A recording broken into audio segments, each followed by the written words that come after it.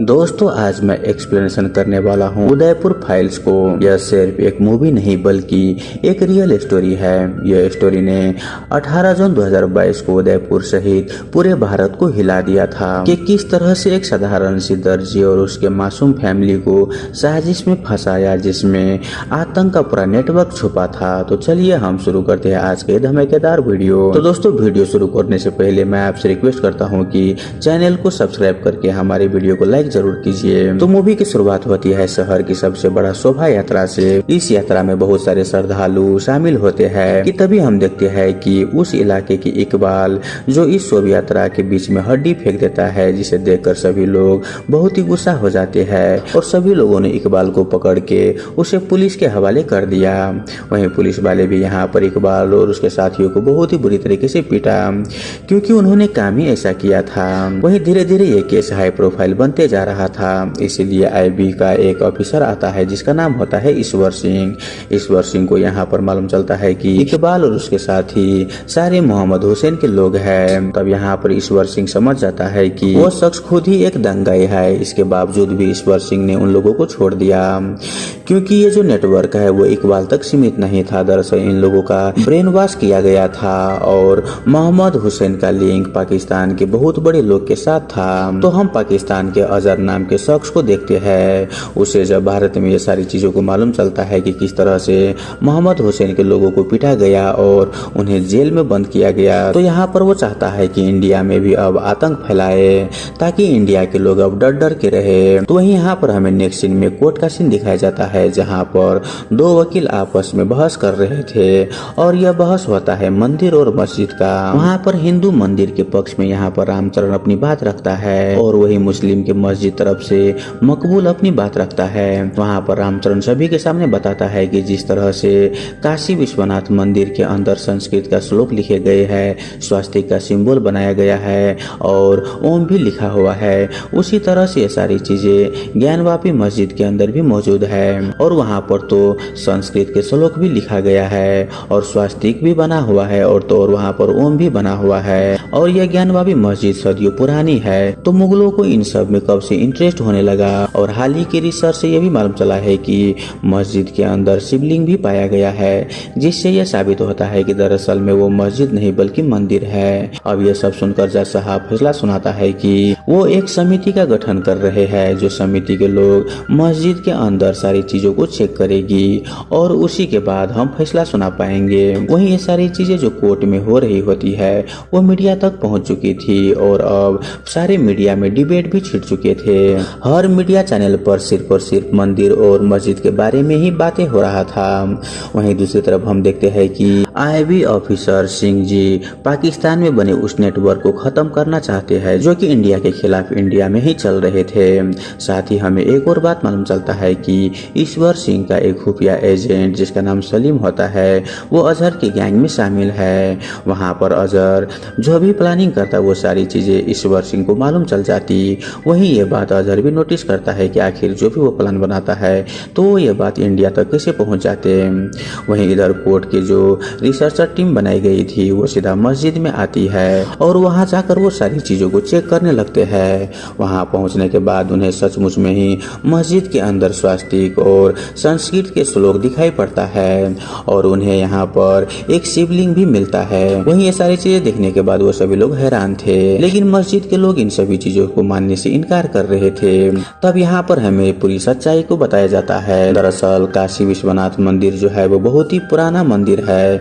जब मुगलों ने काशी विश्वनाथ पर अटैक किया था तो यहाँ पर बहुत सारे सनातनी लोगों ने इसका सामना किया और अपने मंदिर को बचाने की बहुत ही कोशिश की। वहीं यहाँ पर मंदिर के पंडित जानते थे कि अगर मुगल यहाँ पर पहुँच गए तो वो पूरे मंदिर को खत्म कर देंगे। वो यहाँ पर यह भी जानते थे कि वो शिवलिंग को छिपा सकते हैं, लेकिन वो नंदी जी से उसे अलग नहीं करना चाहते थे। तब वहाँ पर पंडित जी ने शिवलिंग को निकाला और नंदी जी के पास ले गए और उनके कानों में कहा कि मेरी तो समाधि तय है, लेकिन आपको बहुत वर्षों तक इंतजार करना पड़ेगा। ये बोलकर वो पंडित काशी विश्वनाथ मंदिर के कुएं में शिवलिंग सहित छलांग लगा दी। वहीं ये सारी सच्चाई अब जाकर बाहर निकल कर आई है। वहीं जब मस्जिद से ये सारे सबूत बाहर निकल कर आते हैं तो मीडिया में भारी भरकम डिबेट छिड़ जाती है जिसमें मस्जिद और मंदिर के लोग एक दूसरे से भला बुरा बोल रहे होते हैं। वहीं जब डिबेट हुए तो वहाँ पर कई सारे लोगों ने अपने बयान दिए, जो कुछ बयान ऐसे थे जो बहुत ही ज्यादा कंट्रोवर्शियल थे, जिस वजह से उन्हें बहुत ही ज्यादा सिक्योरिटी की जरूरत थी, जिनमें से एक नुपुर शर्मा भी थी। नुपुर शर्मा ने कुछ ऐसे बयान दिए थे जिसकी वजह से पूरे देश में जंग छिड़ चुके थे। हालांकि वो बस एक डिबेट थी जिसमें हिंदू मुस्लिम अपने बातें बरत रहे थे, लेकिन मुस्लिम लोग नुपुर शर्मा के बहुत ही खिलाफ हो जाते हैं। वही ये सारी चीजों को देखते हुए ईश्वर सिंह अलर्ट हो जाते हैं और उसे मालूम चलता है कि यहाँ पर कुछ न कुछ बहुत ही बड़ा होने वाला है। अब मूवी में हमें राजस्थान के उदयपुर में कन्हैयालाल साहू को दिखाता है, जो कि एक टेलर होता है। कन्हैयालाल वो अपने कपड़े सीने का काम करता है। वो बहुत ही सीधा साधा आदमी होता है, वो सिर्फ अपने काम से ही मतलब रखता है। वहीं जब वो वहाँ पर आया था तो उसके पास कुछ भी नहीं था, लेकिन उसने काम अपनी बहुत ही मेहनत से किया और आज उसकी अपनी खुद की एक टेलर की दुकान होता है। वही कन्हैयालाल के टेलर के शॉप के आगे निजाम नाम का बंदा भी होता है।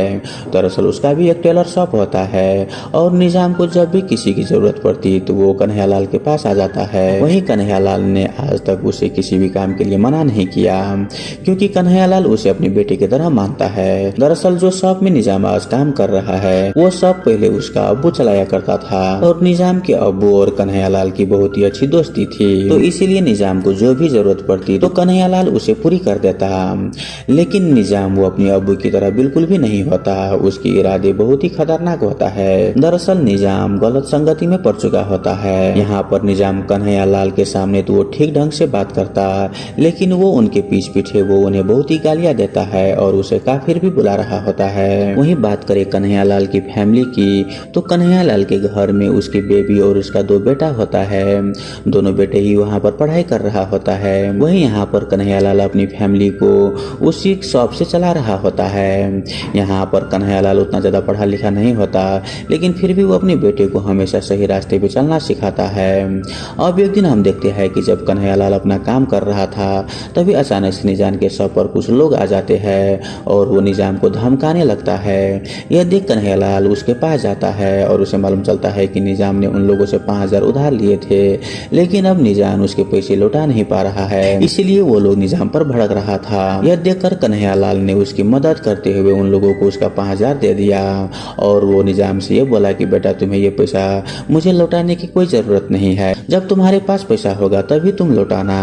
लेकिन अगले दिन हम देखते हैं कि दरअसल ये सब निजाम का एक प्लान होता है। जो लोग उससे उधार मांगने के लिए आए थे वो और कोई नहीं बल्कि निजाम के दोस्त ही था। यहाँ पर निजाम और उसके दोस्त ने 5000 से बहुत ही पार्टी की और जो पैसा बच गए निजाम अपने दोस्तों के साथ बांट लिया। लेकिन ये सब कन्हैयालाल के एक दोस्त ने देख लिया और वो सारी बात कन्हैयालाल को बता दिया, लेकिन कन्हैयालाल उसकी बातों को मानने से इनकार कर देता है, क्योंकि कन्हैयालाल निजाम को बहुत ही अच्छा लड़का समझ रहा था। वहीं एक दिन निजाम को उसके गैंग द्वारा उसे एक टास्क कंप्लीट करने के लिए बोलता है। यहाँ पर कन्हैयालाल तो निजाम के ऊपर बहुत ही भरोसा करता था, इसीलिए निजाम ने सोचा कि क्यों ना कन्हैयालाल के ऊपर ही वो टास्क कंप्लीट किया जाए। तो निजाम ने एक दिन कन्हैयालाल के उसका मोबाइल 5-7 मिनट के लिए ले लिया। वहीं उसी दौरान कन्हैयालाल उसे समझा रहा होता है कि तुम किसी भी जुलूस में शामिल मत होना, क्योंकि तुम बहुत ही अच्छे लड़का हो और तुम्हें बहुत ही अच्छे संगति में रहना चाहिए। वहीं यहाँ पर निजाम अपना काम खत्म करके कन्हैयालाल को उसका मोबाइल वापस कर दिया। लेकिन अगले दिन पुलिस वाले कन्हैयालाल को उसके घर पर अरेस्ट करने के लिए आ जाते हैं। यहाँ पर कन्हैयालाल को बिल्कुल भी समझ नहीं आ रहा था कि आखिर उसने ऐसा कौन सा अपराध किया है कि पुलिस वाले उसे अरेस्ट कर रही है।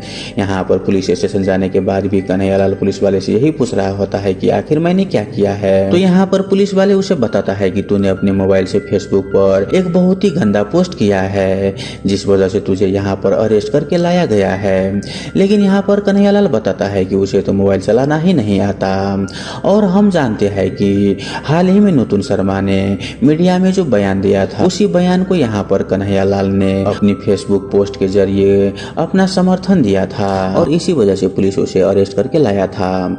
लेकिन ये सारी चीजें कन्हैयालाल को समझ नहीं आ रहा था, क्योंकि उसे मालूम ही नहीं था कि ये सारी चीज निजाम ने किया है।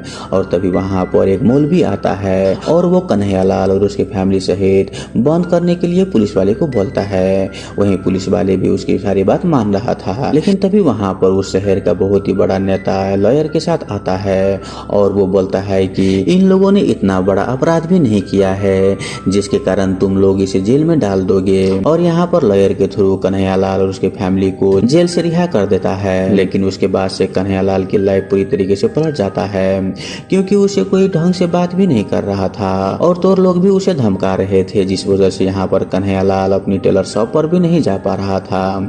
लेकिन हिम्मत करके एक दिन वो बाहर निकलने की कोशिश भी की कि तभी उसे निजाम ने कॉलर से पकड़ लिया और उसे बहुत ही बुरी तरीके से धमकाया कि तूने जिस तरह से हमारे लोगों के खिलाफ पोस्ट किया है उससे हम तेरा बहुत ही बुरा हाल करेंगे। यह सब देखकर कन्हैयालाल को बहुत ही बुरा लगता है। उसे समझ ही नहीं आ रहा था कि आखिर उसने अपराध क्या किया है, लेकिन इसके बावजूद भी लोग उसके साथ ऐसा सलूक कर रहा है और धीरे धीरे उसे समझ आ जाता है कि यह सब को दरअसल निजाम के ही करा धरा है, क्योंकि निजाम ने उसका मोबाइल लिया था और उसी ने उसके मोबाइल के साथ छेड़खानी की थी। अब यहाँ पर हमें ईश्वर सिंह को दिखाता है कि उसे पाकिस्तान से एक इन्फॉर्मर का कॉल आता है और उसे बताता है कि यह लोग बहुत ही बड़ा प्लान कर रहे हैं। यह लोग महाराष्ट्र, मध्य प्रदेश और राजस्थान के लोगों को टारगेट कर रहा है।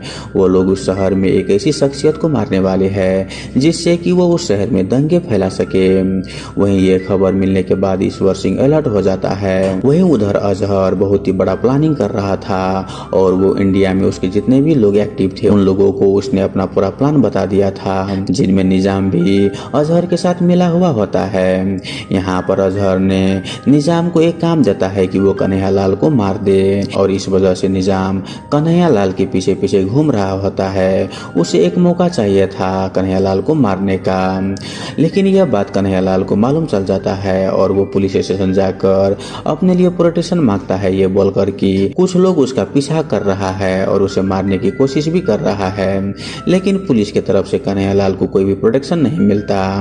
इस वजह से कन्हैयालाल बहुत ही दुखी हो जाता है और वो एक दिन घर पर सोच रहा होता है कि आखिर उसे क्या करना चाहिए, क्योंकि उसकी रोजी रोटी उस टेलर की शॉप से ही चल रही थी। तब यहाँ पर कन्हैयालाल डिसाइड करता है कि वो अपनी शॉप पर एक सीसीटीवी कैमरा लगाएगा ताकि वो सबकी निगरानी में रहे। तो जैसे ही सीसीटीवी कैमरा लगाया गया तो निजाम पूरी तरीके से हैरान हो जाता है, क्योंकि अब वो कन्हैयालाल को कुछ भी नहीं बिगाड़ सकता।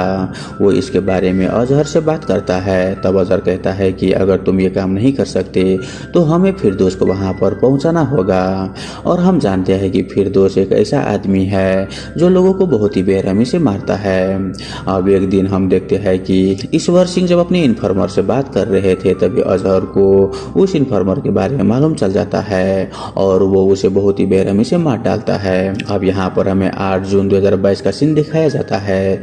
जब कन्हैयालाल अपनी शॉप पर चुपचाप काम कर रहा था तभी वहाँ पर बाइक से 2 लोग आते हैं। दरअसल वो लोग वहाँ पर कुर्ता सिलवाने के लिए आए थे। वहीं यहाँ पर जब कन्हैयालाल उसका माप लेने लगता है तभी मौका देखकर वो दोनों लोग वहाँ पर कन्हैयालाल पर अटैक कर देता है और देखते ही देखते फिरदौस और उसके साथी कन्हैयालाल को जान से मार देता है। वहीं जब ये बात लोगों को मालूम चलता है तब सारे लोगों के बीच में आक्रोश छिड़ चुका था। तो वहीं कन्हैयालाल के फैमिली के बहुत ही बुरा हाल था। तो दोस्तों कन्हैयालाल की हत्या 8 जून 2022 की गई थी, लेकिन उनका परिवार अब भी न्याय की प्रतीक्षा कर रहा है और हम लोग यही चाहते हैं कि कन्हैयालाल की आत्मा को शांति मिले और उसके हत्यारे को कड़ी से कड़ी सजा मिल सके, क्योंकि कन्हैयालाल के जो हत्यारे थे वो अभी भी देश में खुलेआम घूम रहे हैं। तो दोस्तों यहीं पर ये मूवी खत्म हो जाता है। आई होप आपको ये मूवी एक्सप्रेशन वाला वीडियो अच्छा लगा हुआ हो।